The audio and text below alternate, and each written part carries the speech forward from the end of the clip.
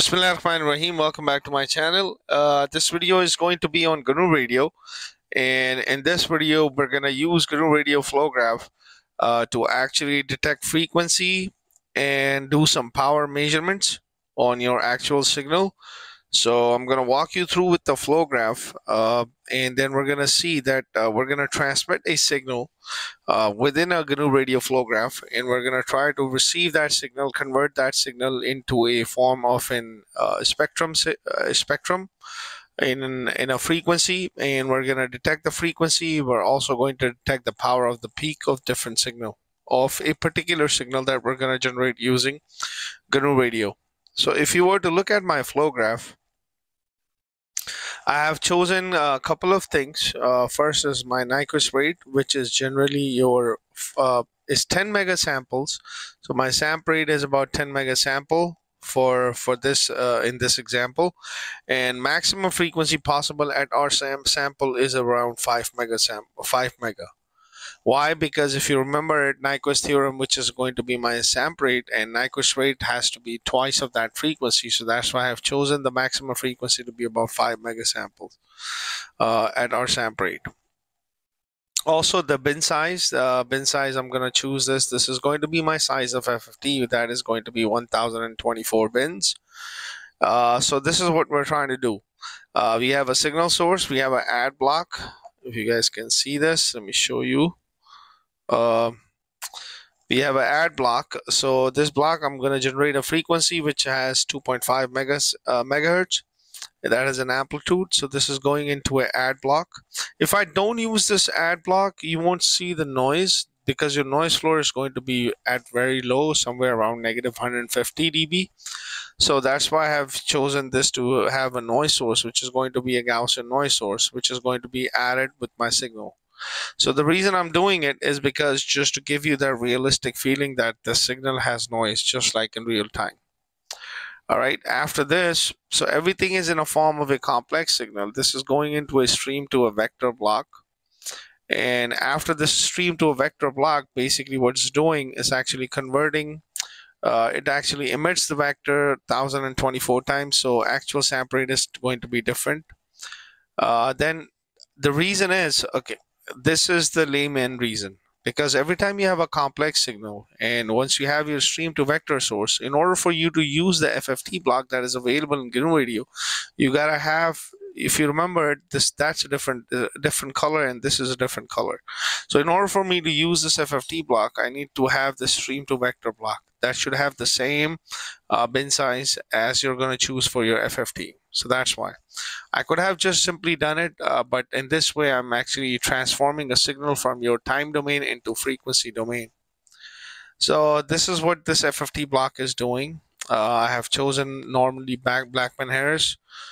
Bin size is 1024. Now, if you were to look at this, after this add block, both the signal and the noise signal is being added together. Now, this is what's going on here. The thing is that it's just going directly into a block called QT GUI sync.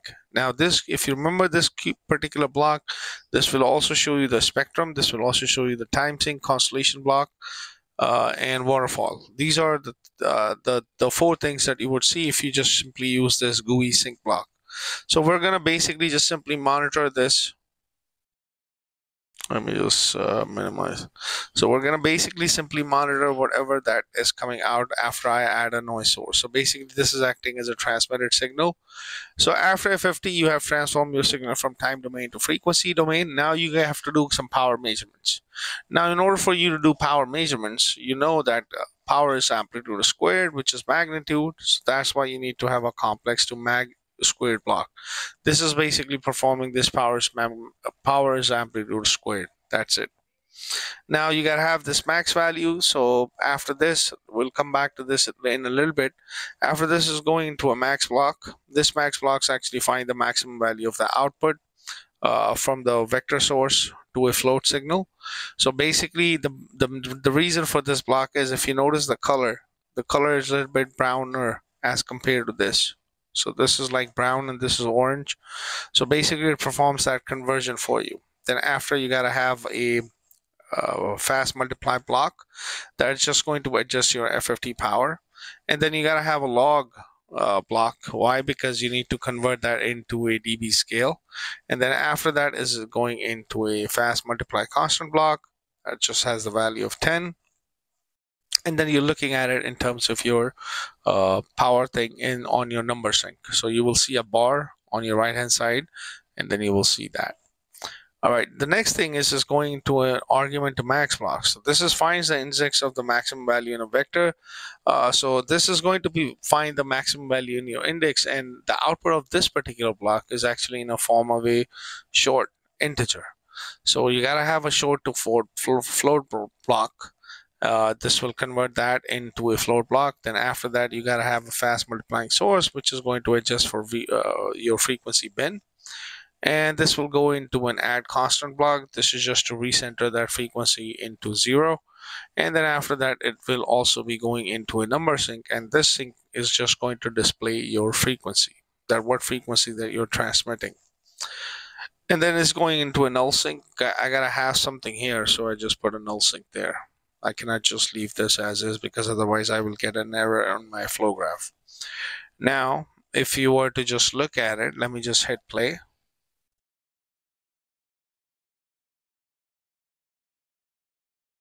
And here we go. So now if you were to look at it, so this is that representation of QT GUI sync that comprises of your frequency sync, waterfall graph, time domain, and your constellation domain. So if you were to look at this, this is somewhere around 2.5 megahertz. This is what's being transmitted at the transmitting frequency. I can change this knob. That will change. So 0 megahertz is being transmitted here. This is some DC component that you're seeing at 0. Now once I change this frequency, this will change. So you're somewhere around 1 megahertz. Let's just to go exact as 2.5 megahertz. Now this is the amplitude of this particular signal. If you were to look at this, so the amplitude is going down, so there's no amplitude here. So basically this is just your noise floor. Noise floor is somewhere lying around negative 27, 26 dB.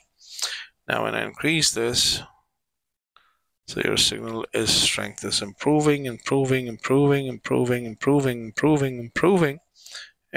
then you're hitting somewhere close to 0 if you were to see this.